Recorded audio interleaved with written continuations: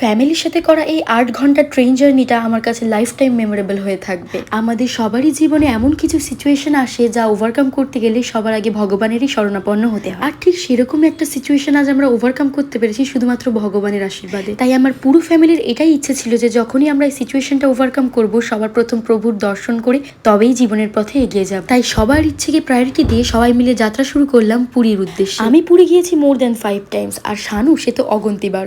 তবে মা, বাবা আর মাসির জন্য এটা ছিল খুবই এক্সাইটিং একটা journey. At the same time আমরাও ছিলাম ভীষণ এক্সাইটেড, কারণ মা, বাবা, দিদি, মাসি সকলকে একসাথে নিয়ে তীর্থযাত্রা আমাদেরও এই ফার্স্ট টাইম। তবে এই ৮ ঘন্টার ট্রেন জার্নিটার বেশিরভাগ সময়টাই কেটেছিল সবার সাথে গল্প করে, আড্ডা মেরে, হাসি মজার মধ্যে। আর এসবের মধ্যে 1 ঘন্টার জন্য পাওয়ার ন্যাপ নিয়ে চোখ খুলেই দেখি ট্রেন তখন পুরী স্টেশনে ঢুকছে। তাই ট্রেন থেকে নেমে ভোরের এই সুন্দর মিষ্টি আবহাওয়া অনুভব করতে করতে পৌঁছে গিয়েছিলাম হোটেল। তবে সেখানে টাইম ওয়েস্ট না করে ভোরের এই সুন্দর দৃশ্যটা অনুভব করব বলে সবাই মিলে চলে গিয়েছিলাম বিচে।